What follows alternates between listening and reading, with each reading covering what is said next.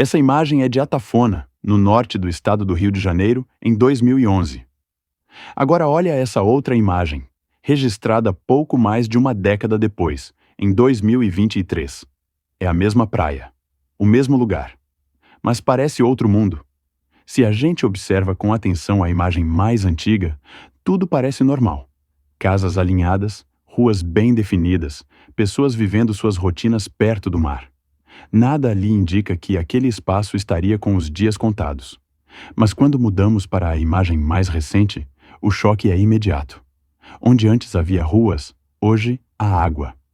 Onde existiam casas, restam apenas escombros. O mar avançou, tomou o espaço urbano e continua avançando, ano após ano, apagando lentamente uma cidade inteira do mapa. Atafona fica no município de São João da Barra, no norte fluminense, exatamente na foz do Rio Paraíba do Sul, onde o rio encontra o Oceano Atlântico. Esse encontro forma uma região conhecida como planície sedimentar, um terreno baixo e plano criado ao longo de milhares de anos pelo acúmulo de areia e outros sedimentos carregados pelo rio. É um tipo de paisagem naturalmente instável, onde a linha entre terra e mar nunca foi fixa. Mesmo antes da presença humana, essa costa já mudava com o tempo. O problema é que, nas últimas décadas, essa mudança se tornou rápida demais, visível demais e devastadora demais. A ocupação de Atafona começou ainda no século XVII, por volta de 1622, como uma pequena vila de pescadores. A pesca artesanal sempre foi a base da vida local. Enquanto alguns homens iam para o mar, outros membros da família ficavam responsáveis por limpar, preparar e vender o peixe. Essa dinâmica moldou não apenas a economia, mas também a cultura, os laços sociais e a identidade da comunidade. O mar nunca foi visto como ameaça, mas como sustento, como caminho e como parte essencial da vida. A partir da década de 1950, Atafona começou a mudar. Suas praias atraíam veranistas, e o distrito passou a ser um dos balneários mais conhecidos do norte fluminense. Clubes, bares, restaurantes e casas de veraneio surgiram rapidamente. Muitos visitantes vinham de cidades próximas, como Campos dos Goytacazes, para passar férias e fins de semana. O crescimento urbano avançou cada vez mais em direção à orla, ocupando áreas que antes funcionavam como zonas naturais de amortecimento entre o continente e o mar. Foi também nesse período que os primeiros sinais da erosão começaram a ser percebidos. No início, parecia algo comum. A areia da praia diminuía em alguns anos, mas depois voltava. Esse vai e vem fazia parte da dinâmica natural da costa.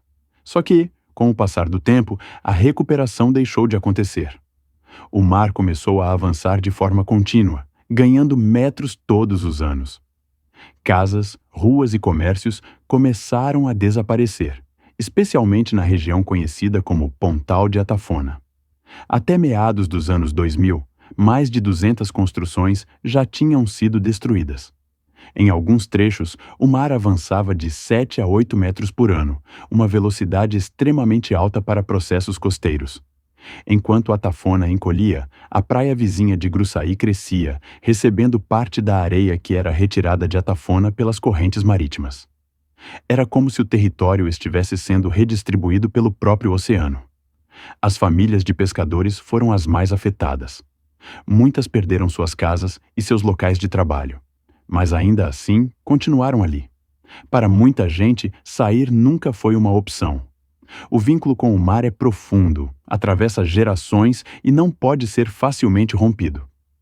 Mesmo vendo a destruição acontecer diante dos próprios olhos, muitos moradores permanecem, resistindo da forma que conseguem. Além da erosão costeira, os moradores enfrentam outros problemas. Em períodos de cheia do Rio Paraíba do Sul, o transbordamento invade ruas e casas, causando prejuízos frequentes.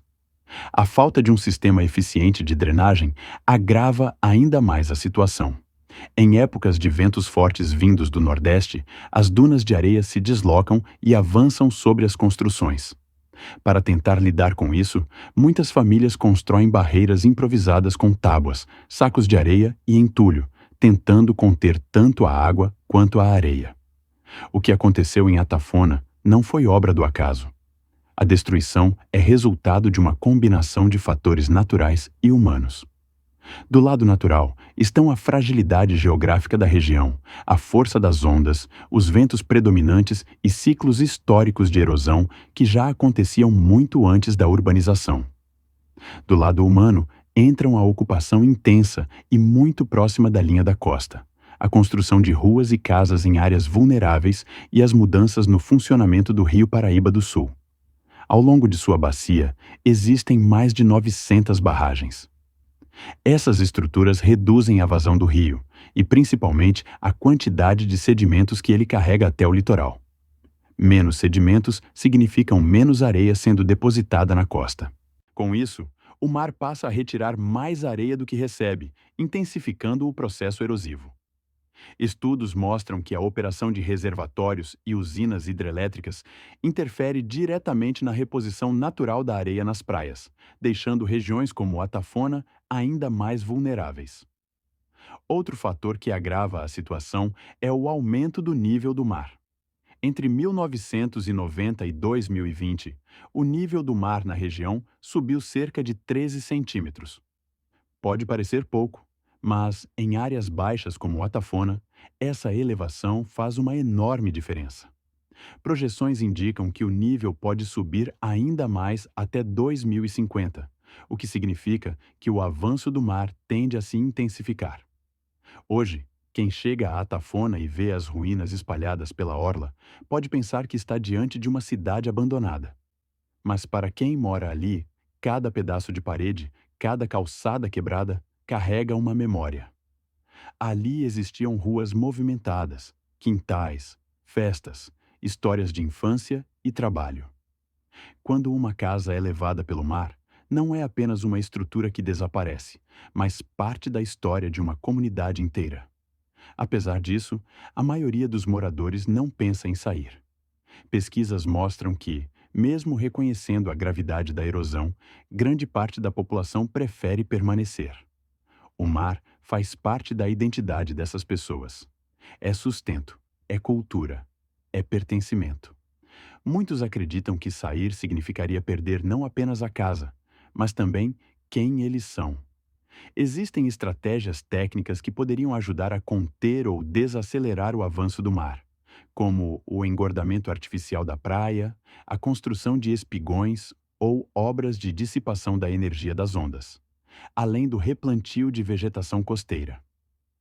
No entanto, todas essas soluções exigem estudos detalhados, planejamento de longo prazo, monitoramento constante e manutenção contínua.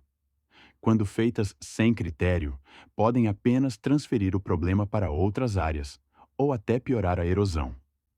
Enquanto grandes projetos não saem do papel, a adaptação acontece no dia a dia. A resistência acontece na prática, todos os dias, de forma silenciosa. Entre ruínas, improvisos e esperança, a Tafona segue existindo. Não há certeza sobre qual caminho será capaz de frear o avanço do mar, mas há clareza de que a luta é constante e coletiva.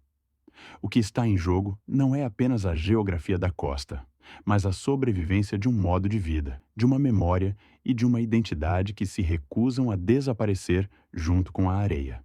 E você? Acha que a Tafona ainda pode ser salva ou o avanço do mar é irreversível? Deixa sua opinião nos comentários e me conta o que achou desse vídeo.